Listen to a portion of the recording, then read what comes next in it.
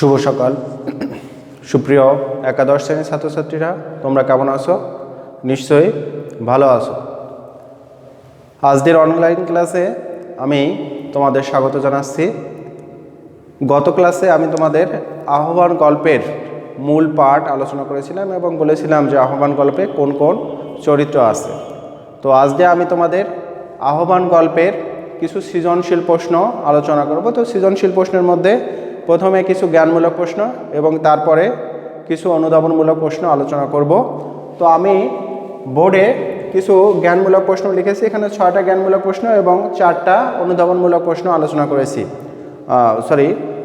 আমি 6টা জ্ঞানমূলক প্রশ্ন এবং 4টা অনুধাবনমূলক প্রশ্ন বোর্ডে লিখেছি। তো আমি জ্ঞানমূলক প্রশ্ন 6টার আরও অনেক বেশি আলোচনা করব, আর অনুধাবনমূলক প্রশ্ন এই 4টা তো আলোচনা করবই, যদি পারি আরও বেশি আলোচনা করব। তো প্রথমে আমি জ্ঞানমূলক প্রশ্নগুলো একটু আলোচনা করি, এরপরে আসবো অনুধাবনমূলক প্রশ্ন। দেখো, প্রথমে আমি বোর্ডে লিখেছি আহ্বান, বিভূতিভূষণ বন্দ্যোপাধ্যায়, অর্থাৎ এই গল্পের লেখক বা গল্পাকার বিভূতিভূষণ বন্দ্যোপাধ্যায়। এরপরে লিখছি সৃজনশীল প্রশ্ন। তো দেখো, আমি এরপরে বাম পাশে লিখছি জ্ঞানমূলক প্রশ্ন। প্রথমে জ্ঞানমূলক প্রশ্ন যেটা আছে যে বিভূতিভূষণ বন্দ্যোপাধ্যায় কোথায় কত সালে মৃত্যুবরণ করেন। এখানে দেখো আছে কোথায় কত সালে। তো বিভূতিভূষণ বন্দ্যোপাধ্যায় ঘাটশিলায় বিভূতিভূষণ বন্দ্যোপাধ্যায় ঘাটশিলায় 1950 খ্রিস্টাব্দে মৃত্যুবরণ করেন। তোমরা কখনোই জ্ঞানমূলক প্রশ্নের উত্তর একটা বা দুইটা শব্দে শেষ করবে না, একটা বাক্যে শেষ করতে হবে। একটা দুইটা শব্দে যদি জ্ঞানমূলক প্রশ্নের উত্তর শেষ করো তাহলে কিন্তু ওই প্রশ্নের উত্তরটা সঠিক হবে না। জ্ঞানমূলক প্রশ্নের উত্তর হচ্ছে একটা বাক্যে শেষ করতে হবে। তো দেখো, প্রথমে আবার বিভূতিভূষণ বন্দ্যোপাধ্যায় কোথায় কত সালে মৃত্যুবরণ করেন। তো বিভূতিভূষণ বন্দ্যোপাধ্যায় ঘাটশিলায়, 1950 খ্রিস্টাব্দের 1 সেপ্টেম্বর, 1950 খ্রিস্টাব্দের 1 সেপ্টেম্বর উনি মৃত্যুবরণ করেন। এরপরে আহ্বান কোন ধরনের গল্প? আহ্বান এটা হচ্ছে উদার মানবিক সম্পর্কের গল্প। আহ্বান কোন ধরনের গল্প? তোমরা অনেক সময় এই প্রশ্নটার উত্তর ভুল করো। তো তোমাদের অনেক সময় এরকমও প্রশ্ন হতে পারে যে আহ্বান কোন ধরনের রচনা। তো আহ্বান কোন ধরনের রচনা এরকম যদি আসে তাহলে তোমরা লিখবে যে আহ্বান গল্প। তো এই প্রশ্নের উত্তর তোমরা যেটা ভুল করো, তোমরা অনেকেই লেখো যে আহ্বান কোন ধরনের গল্প, তোমরা লেখো গল্প। আসলে এখানে তো গল্পের মধ্যে আবার বিভিন্ন ভাগ আছে, সেই ভাগগুলোর কথা বলা হয়েছে। তো এই প্রশ্নটা যদি আসে তাহলে তোমরা লিখবে যে আহ্বান কোন ধরনের গল্প, তোমরা লিখবে যে আহ্বান হচ্ছে উদার মানবিক সম্পর্কের গল্প, উদার মানবিক সম্পর্কের গল্প। এইভাবে উত্তর করতে হবে যে আহ্বান হচ্ছে উদার মানবিক সম্পর্কের গল্প। এরপরে দেখো, পরের প্রশ্নটা হচ্ছে বুড়িকে কে মা বলে ডাকতো। বুড়িকে হাজরা বেটার বউ, সে হচ্ছে বুড়িকে মা বলে ডাকতো। এটা হচ্ছে আমার প্রশ্নের উত্তর, যে বুড়িকে হাজরা বেটার বউ, সে হচ্ছে মা বলে ডাকতো। আর এই হাজরা বেটার বউ সে হচ্ছে বুড়ির চালাঘরের পাশে, সেই হাজরা বেটার বউ সে তার চালাঘর, মানে তার যে চালাঘর সেটা হচ্ছে বুড়ির চালাঘরের পাশেই। আর এই হাজরা বেটার বউ সে হচ্ছে বুড়িকে অনেক বেশি ভালোবাসতো, সে কোনো কিছু খেলে বুড়িকে না দিয়ে খেত না। তো এরপরে দেখো আছে যে বিভূতিভূষণ বন্দ্যোপাধ্যায়ের কালোজয়ী উপন্যাস যুগল কি? উপন্যাস যুগল, তোমাদের এইখানে একটু কনফিউশন হতে পারে যে যুগল কি। যুগল শব্দের অর্থ হচ্ছে দ্বৈত বা দুইটি এরকম। তাহলে বিভূতিভূষণ বন্দ্যোপাধ্যায়ের কালোজয়ী উপন্যাস যুগল বলতে দুইটি এরকম বোঝানো হয়েছে। তাহলে বিভূতিভূষণ বন্দ্যোপাধ্যায় কালোজয়ী উপন্যাস যুগল বা উপন্যাস দুইটি কি কি? কালোজয়ী উপন্যাস যুগল হচ্ছে পথের পাঁচালী। বিভূতিভূষণ বন্দ্যোপাধ্যায়ের কালোজয়ী উপন্যাস হচ্ছে পথের পাঁচালী ও অপরাজিতা। তাহলে বিভূতিভূষণ বন্দ্যোপাধ্যায়ের কালোজয়ী উপন্যাস যুগল হচ্ছে পথের পাঁচালী ও অপরাজিতা। এরপরে দেখো, পরের প্রশ্ন আছে কে বুড়িকে ভাত দেয় না? বুড়িকে ভাত দেয় না বুড়ির নাচ জামাই। তো বুড়ির ছেলে মেয়ে স্বামী কেউই নেই, বুড়ির এক নাচ জামাই আছে, সে বুড়িকে ভাত দেয় না। তাহলে এই প্রশ্নের উত্তর হবে যে কে বুড়িকে ভাত দেয় না। তাহলে বুড়ির নাচ জামাই, সে হচ্ছে বুড়িকে ভাত দেয় না। এরপরে দেখো, পরের প্রশ্নটা আছে বুড়ির স্বামীর নাম কি? বুড়ির স্বামীর নাম হচ্ছে জমির করাতি। তোমরা এক কথায় এরকম লিখবা, একটা বাক্যের উত্তরটা লিখবা এরকম যে বুড়ির স্বামীর নাম হচ্ছে জমির করাতি। তো বোর্ডে আমি এই 6টি জ্ঞানমূলক প্রশ্ন লিখছিলাম। এই 6টির ছাড়াও আমি আরও কিছু জ্ঞানমূলক প্রশ্ন আলোচনা করব। যেমন দেখো, প্রথমেই যদি আমি বলি যে বিভূতিভূষণ বন্দ্যোপাধ্যায়ের পৈতৃক নিবাস কোথায়, তাহলে বিভূতিভূষণ বন্দ্যোপাধ্যায়ের পৈতৃক নিবাস হচ্ছে ব্যারাকপুরে। বিভূতিভূষণ বন্দ্যোপাধ্যায়ের পৈতৃক নিবাস ব্যারাকপুরে। এরপরে আবার জ্ঞানমূলক প্রশ্ন এরকম হতে পারে যে বিভূতিভূষণ বন্দ্যোপাধ্যায় কোথায় জন্মগ্রহণ করেন। বিভূতিভূষণ বন্দ্যোপাধ্যায় 24 পরগনার, পশ্চিমবঙ্গের 24 পরগনার মুরারিপুর গ্রামে মামা বাড়িতে জন্মগ্রহণ করেন। বিভূতিভূষণ বন্দ্যোপাধ্যায় পশ্চিমবঙ্গের 24 পরগনার মুরারিপুর মামা বাড়িতে জন্মগ্রহণ করেন। এরপরে আসতে পারে যে বিভূতিভূষণ বন্দ্যোপাধ্যায়ের ছেলেবেলা কীরকম কেটেছে। তো বিভূতিভূষণ বন্দ্যোপাধ্যায়ের ছেলেবেলা কেটেছে অত্যন্ত দারিদ্র্যে। এরপরে প্রশ্ন হতে পারে যে বিভূতিভূষণ বন্দ্যোপাধ্যায়ের গল্প গ্রন্থগুলো কী কী গল্প গ্রন্থগুলো কী কী। তো বিভূতিভূষণ বন্দ্যোপাধ্যায়ের গল্প গ্রন্থ হচ্ছে মেঘমল্লার, মৌরিফুল, যাত্রাবদল, কিন্নর দল। বিভূতিভূষণ বন্দ্যোপাধ্যায়ের গল্প গ্রন্থ হচ্ছে মেঘমল্লার, মৌরিফুল, যাত্রাবদল, কিন্নর দল। এগুলো হচ্ছে বিভূতিভূষণ বন্দ্যোপাধ্যায়ের গল্প গ্রন্থ। এরপরে আসতে পারে যে বুড়ির সাথে লেখকের বা এই গল্পের গল্পকথাকের কোথায় দেখা হয়েছিল। বুড়ির সাথে লেখকের বা গল্পকারের প্রথম দেখা হয়েছিল আমবাগানের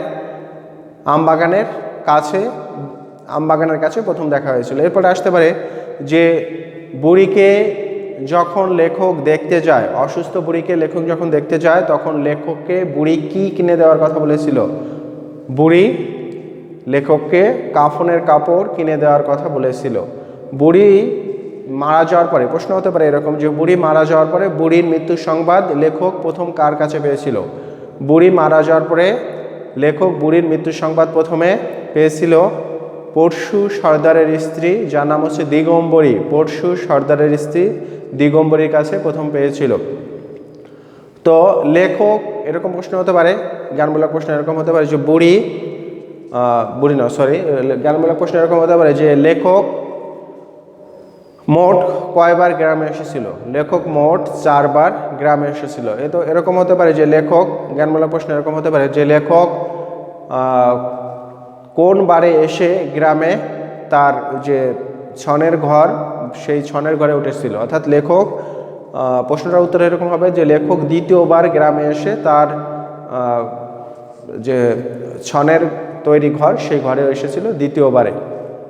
প্রশ্ন এরকম হতে পারে যে কোন সময়ে এসে, কিসের ছুটিতে এসে লেখক বুড়ির মৃত্যু সংবাদ পায়। এখানে উত্তরটা এরকম হবে যে শরতের ছুটিতে এসে লেখক বুড়ির মৃত্যু সংবাদ পায়। শরতের ছুটিতে এসে বুড়ির মৃত্যু সংবাদ পায় লেখক। এবার বুড়িকে কোন গাছের নিচে কবর দেওয়া হয়। বুড়িকে একটা প্রাচীন তৃপ্তিরাজ গাছের নিচে কবর দেওয়া হয়। বুড়িকে কোন গাছের নিচে কবর দেওয়া হয়। একটি প্রাচীন তৃপ্তিরাজ গাছের নিচে বুড়িকে কবর দেওয়া হয়। এরপরে প্রশ্ন হতে পারে যে গলা পড়া শব্দের অর্থ কি। গলা পড়া শব্দের অর্থ হচ্ছে গলা ভরা। তারপরে প্রশ্ন হতে পারে যে গল ভরা শব্দের অর্থ কি। গল পড়া শব্দের অর্থ হচ্ছে গল ভরা। এরপরে হতে পারে যে বারান্দা শব্দের অর্থ কি। বারান্দা শব্দের অর্থ হচ্ছে রোয়াক। এরকম জ্ঞানমূলক প্রশ্ন, আরও জ্ঞানমূলক প্রশ্ন এতে হতে পারে। তো আমি এইগুলো আলোচনা করলাম। এরপরে আমি একটু অনুধাবনমূলক প্রশ্ন আলোচনা করি। দেখো আমি বোর্ডে 4টা অনুধাবনমূলক প্রশ্ন লিখছি। তো অনুধাবনমূলক প্রশ্ন সবাই জানো যে অনুধাবনমূলক প্রশ্ন সাধারণত 2টা অংশে, অনুধাবনমূলক প্রশ্ন 2টা অংশে লিখতে হয়, এটাই নিয়ম। যে প্রথম অংশ হচ্ছে একটা জ্ঞানমূলক উত্তর, অর্থাৎ প্রথম অনুচ্ছেদে। অনুধাবনমূলক প্রশ্ন হচ্ছে 2টা অনুচ্ছেদে বা 2টা অংশে লিখতে হয়। প্রথম অনুচ্ছেদে হবে একটা বাক্য। প্রথম অনুচ্ছেদে বা প্রথম অংশ হবে একটা বাক্য এবং একটু স্পেস রেখে এর পরে যে অনুচ্ছেদ সেই অনুচ্ছেদে সর্বোচ্চ 4টা বাক্য। তোমরা 3টা বাক্যেও শেষ করতে পারো, সর্বোচ্চ 4টা বাক্য আর প্রথম অনুচ্ছেদে একটা বাক্য, অর্থাৎ সব মিলে মোট 5টা বাক্যের মধ্যে শেষ করতে হবে। প্রথম অনুচ্ছেদে বা প্রথম অংশে একটা বাক্য এবং পরের অনুচ্ছেদে সর্বোচ্চ 4টা বাক্য। তোমরা 3টা বাক্য বা 2টা বাক্য লিখলে উত্তর সঠিক। তো অনুধাবনমূলক প্রশ্ন দেখো, প্রথমে লিখছি যে ওর স্নেহাতুর আত্মা আমাকে বহুদূর থেকে আহ্বান করে নিয়ে আসছে, ব্যাখ্যা করো। তো এই যে অনুধাবনমূলক প্রশ্ন আমি প্রথমে যেটা লিখছি এটার প্রথম অংশ বা প্রথম অনুচ্ছেদে একটা বাক্য হবে। তো প্রথম অনুচ্ছেদটা তোমরা এরকম লিখবা যে আলোচ্য উক্তিটি দ্বারা লেখকের সাথে বুড়ির যে উদার সম্পর্ক আছে সেই সম্পর্ককেই বোঝানো হয়েছে। প্রথম অংশটা এরকম লিখবা যে বুড়ির সাথে লেখকের যে উদার সম্পর্ক আছে বা যে আত্মিক সম্পর্ক আছে সেই সম্পর্কের দিকটা বোঝানো হয়েছে।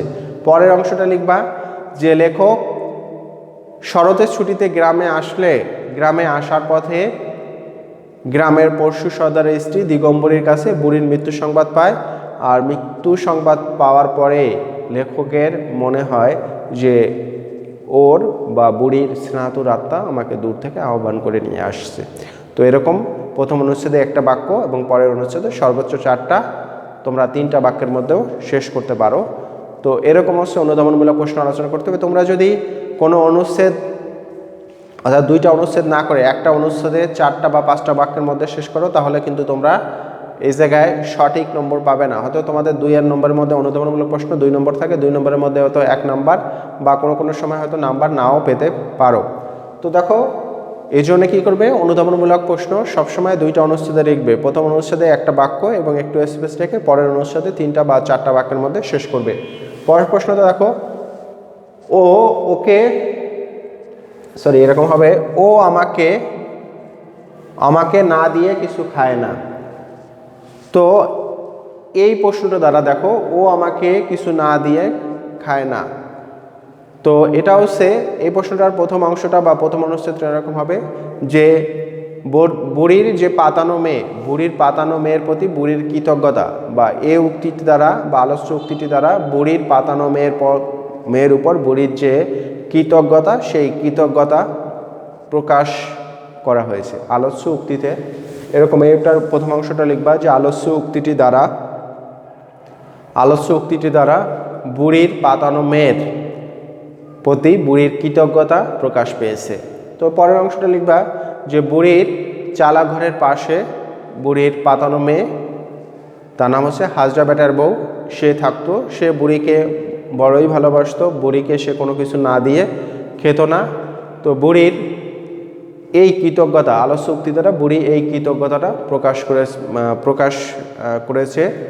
এরপরে দেখো, বুড়ি 2 চোখ বেয়ে জল গড়িয়ে ওঠার কারণ কি ব্যাখ্যা করো। এই প্রশ্নটা 2টা অনুচ্ছেদে লিখবা। প্রথম অনুচ্ছেদটা এরকম হবে যে অনেক প্রতীক্ষার পরে, প্রথম অনুচ্ছেদটা এরকম হবে অনেক প্রতীক্ষার পরে লেখক যখন বুড়িকে দেখতে বুড়ির বাড়িতে যায় তখন বুড়ির 2 চোখ বেয়ে জল গড়িয়ে পড়ে। প্রথম অনুচ্ছেদটা এরকম হবে যে অনেক প্রতীক্ষার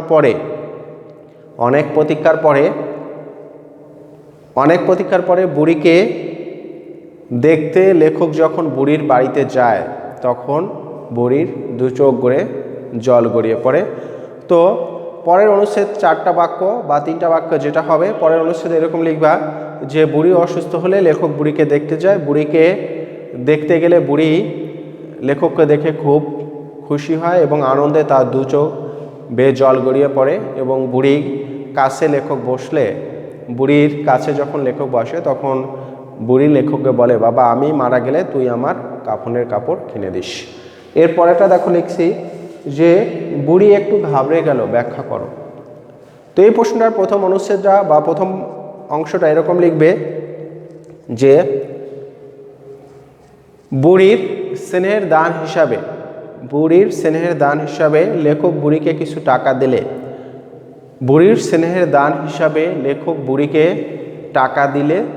বুড়ি একটু ঘাবড়ে যায়।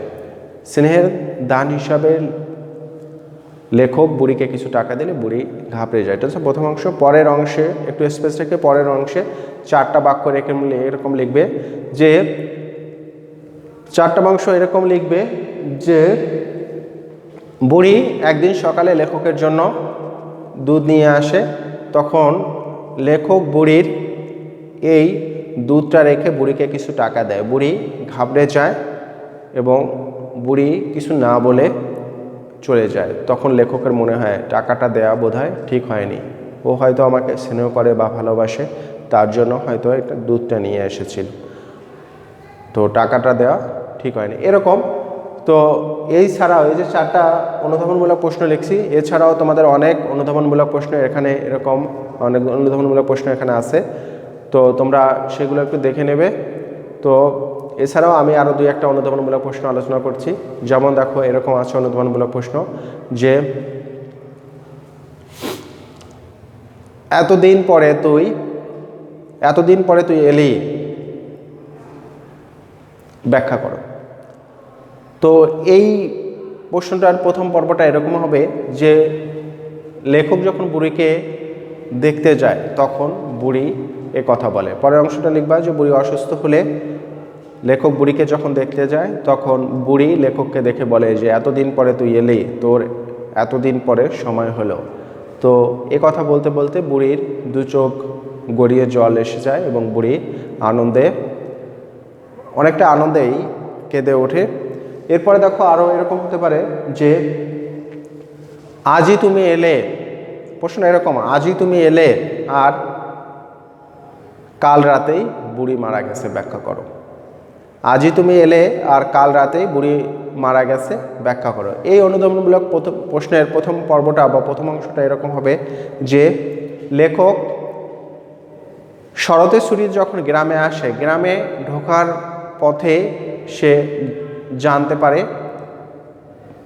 বুড়ি মারা গেছে। তখন গ্রামের পশু সর্দারের স্ত্রী সে আলোচ্য উক্তিটি করে। পরের অংশটা লিখবা যে লেখক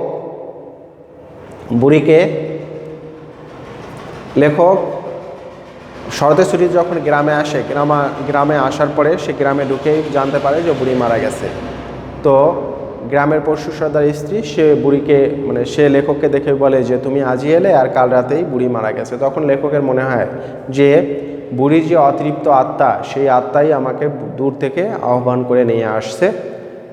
তো এই পরের অংশটা। তো প্রিয় শিক্ষার্থীরা, তোমরা এই বইতে যত জ্ঞানমূলক প্রশ্ন এবং অনুধাবনমূলক প্রশ্ন আছে এগুলো একটু দেখে নেবে।